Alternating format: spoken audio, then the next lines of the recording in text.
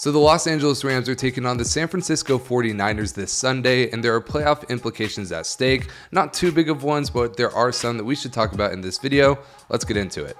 So here we are on ESPN.com, and basically what's at stake for this week is just seeding for the Rams. Not even the 49ers. The 49ers have clinched the first seed in the NFC. The Rams could end up with either the 6th seed or the 7th seed. Now, if they beat the 49ers, they will have the 6th seed. If they lose to the 49ers and then the Packers win, then the Rams will have the 7th seed. This is the difference between playing a team like the Lions, most likely, if we have the 6th seed, or possibly the Eagles or the Cowboys for if we have the 2nd seed. So we would rather most likely, we would rather have the 6th seed just so that we could possibly not have to play the number 1 team, which would be the 49ers, if the Packers were to beat, the Cowboys or the Eagles eventually in the divisional round. However, it's most likely that if the Rams are to win their first wild card game, that they're probably going to have to play the 49ers in the divisional round. So probably not a way we can get around it, but we want to give ourselves that chance that we can, possibly face the 49ers in the NFC Championship once again. So let's go over this game because we now know the stakes and we now know what's here. Let's talk about who we think is going to win.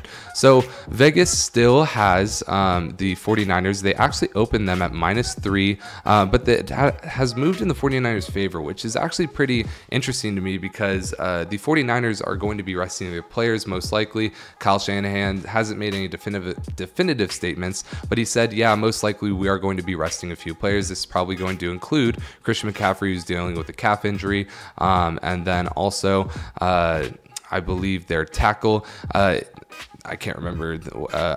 I don't know why I can't remember their all-pro tackle's name. But either way, he will most likely be out. He's been dealing with a groin injury. And then probably Brock Purdy, maybe even Debo or Brandon Ayuk will sit out. But they're not going to be sitting too many players. But if people are dealing with injuries, they're most likely going to be safe with them. The Rams, we still have a lot to play for. So I'm surprised that the spread is where it is. But the 49ers are also at home. So that does help them out a bit as well. Now, in terms of what the matchup predictor says, this is 72% to the 49ers. I don't know if that includes Brock Purdy playing and, them resting people. But either way, I would think it's closer to 50-50 than this is giving off. Over the last 5, the Rams are 4-1, and if we bring that out even more, I believe they are 6-1 in their past 7 or something like that. The 49ers also 4-1 in their past 5. And yeah, so let's go over to PFF to go over what they have.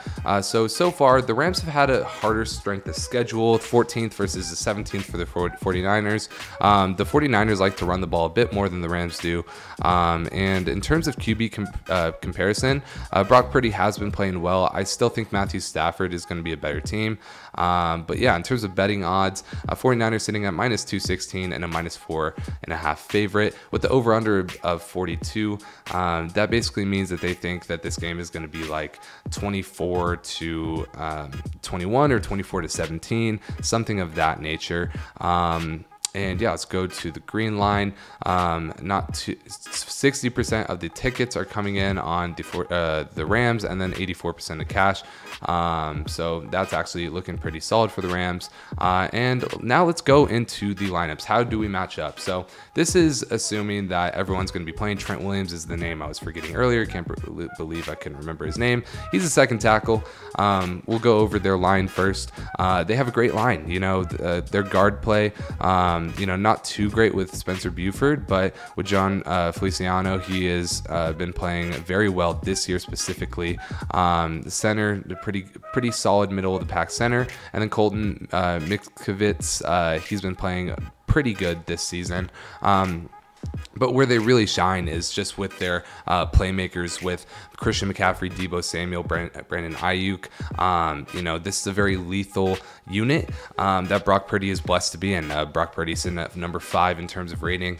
I think that's a bit overblown. He just had a 4 interception, game the other week. I don't know how they still have him so highly ranked, but that's neither here nor there. Now the Rams defense, nothing to scoff at. Byron Young has 7.5, I believe, sacks, good for number 2 in rookie sacks. Also, Kobe Turner, he is currently sitting at 9 sacks, which is closing in on Aaron Donald's 9.5 sack record for a Rams rookie. Aaron Donald, obviously number 2 defensive lineman this year. And then in terms of our linebackers, Ernest Jones, the 6th ranked linebacker, and over the past 7 weeks, he has been instrumental in getting the Rams these dubs. Jordan Fuller got a interception this past week, has been playing very good this season. John Johnson, been shaky, but he's made some great plays. And then Kobe Durant isn't ranked well. However, he hasn't been playing the whole season. Darian Kendrick has been playing more, but Darian Kendrick also made one of the game-saving plays last week. And then Ahkello Witherspoon also performing better than his ranking would say. Obviously, 49ers have a bit of a edge, especially on offense. Now, defensively for the 49ers, they are also great. They have Chase Young guy, hasn't been playing his best football recently, but still very disruptive guy. Nick Bosa, probably the best edge, defender other than maybe TJ Watt in the league. Javon Kinlaw doesn't scare me. He used to scare me a bit, not as much anymore. Javon Hargrave does scare me. Their defensive line is insane. Fred Warner, probably the best linebacker in football. I think Ernest Jones is getting up there, but Fred Warner is probably that guy right now. Their edge, pressure is insane with Dre Greenlaw and Oren Burks. And then just their safeties, Logan Ryan, he has been a very good player, but I think he's on the tail end of his career. He hasn't been playing too well this season. Tayshaun Gibson has been playing extremely well. Demore Lenore, he's been playing very well. And then Travarius Ward, one of the best corners in the league over the past couple of years. For the Rams, our line is absolutely great, especially over the past past 7 weeks. Havenstein been playing extremely well. He did have a bit of a mental lapse this past week, or at the end of the game this week, but that's okay. Kevin Dotson, second best guard in the league. Coleman Shelton, middle of the pack center. Steve Avila, rookie guard, but he's been playing extremely well. And Alaric Jackson, middle of the pack type of tackle. And then we have some really good, threats on offense as well. We got Demarcus Robinson, who has been surging recently. Cooper Kupp, obviously one of the best receivers in the league. Puka Nacua on pace to beat the rookie record for both receptions and yards. And then obviously Kyron Williams, he has the most yards per game out of any running back. He had 3 touchdowns last week. Matthew Stafford, one of the top quarterbacks in the league. So I would give the Rams just a slight edge in terms of offense versus defense. But any team can win on any given week. Considering they're resting their starters, I'm going to give a prediction of a Rams 24-21 win, and we secure that number 6 seed, and then we'll probably play the Lions. That's going to be my prediction for this week. What's yours? Let me know in the comment section below. Other than that, leave a like and subscribe, and I'll see you in the next video.